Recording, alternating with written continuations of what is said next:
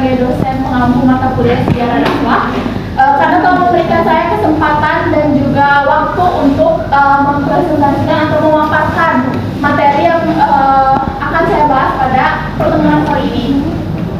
Di sini saya akan membahas mengenai sumber sejarah dakwah. Nah, sebelumnya saya ingin mengulas sedikit apa itu sejarah dakwah.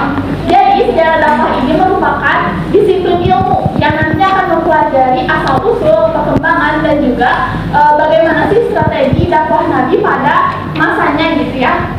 Nah, sumber sejarah dakwah di sini dibagi menjadi 3 bagian besar. Poin pertama ada Al-Quran dan juga Sunnah. Nah, dalam Al-Quran dan juga Sunnah ini menjadi sumber utama dan paling penting dalam sejarah dakwah. Karena kenapa bisa dikatakan sumber utama? Karena dia otentik gitu ya teman-teman. Nah, Allah Subhanahu wa Ta'ala juga menegaskan dalam Quran surat Yusuf ayat 111.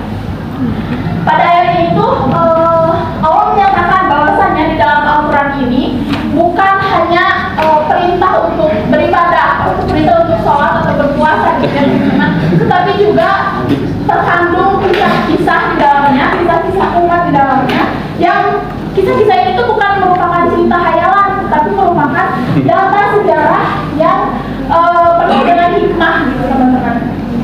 Nah, selain Al-Quran, Rasulullah SAW juga menegaskan pentingnya as-sunnah dalam sebuah hadis. Rasulullah SAW bersabda bahwasannya, aku tinggalkan kepada kalian 2 perkara. Jika kalian berpegang teguh kepada keduanya, jika kalian berpegang teguh kepada keduanya, maka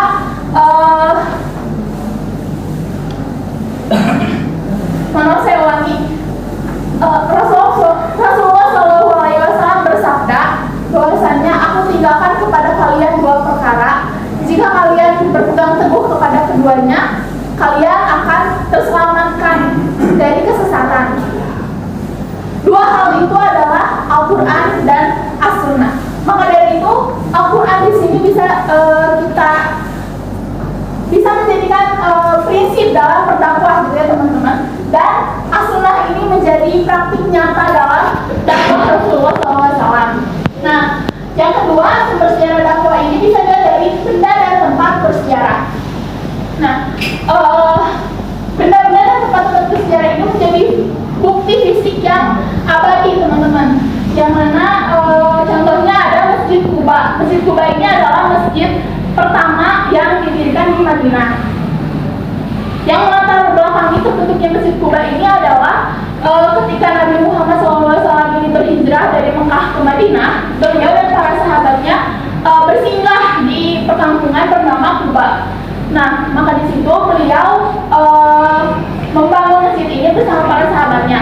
Nah, yang uniknya teman-teman, Masjid Quba ini bukan hanya dijadikan sebagai tempat ibadah, tetapi juga sebagai fasilitas untuk menampung umatnya, bermusyawarah, berdiskusi, dan juga pembentukan ukhuwah gitu ya.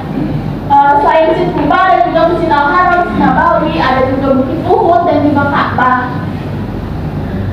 Nah, jadi dengan adanya peristiwa ini, Nabi Muhammad SAW ini memberikan contoh kepada kita bahwasannya dakwah itu tidak hanya dilakukan dengan ceramah, tetapi juga bisa dengan praktik nyata, yang mana bisa dilakukan dengan membangun fasilitas di sekitarnya untuk peradaban yang lebih maju gitu teman-teman.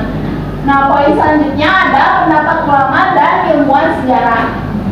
Jadi sumber sejarah dakwah ini bukan hanya dari wahyu, bukan hanya dari bukti fisik, tetapi juga ada bukti tertulisnya yang mana ditulis oleh para ulama terdahulu dan para ilmuwan terdahulu gitu teman-teman. Tulisan-tulisan mereka atau karya-karya mereka ini dijadikan rujukan sampai masa kini dalam pembelajaran gitu ya. Salah satu karya-karyanya ada Sirah Nabawiyah yang ditulis oleh Ibnu Ishaq, ada Tarikh Al-Usul wal Muluk yang ditulis oleh At-Tabari, dan Al-Bidayah wa An-Nihayah yang ditulis oleh Ibnu Katsir. Nah, semua karya ini tuh menjelaskan, melengkapi dan menguatkan dan juga menguatkan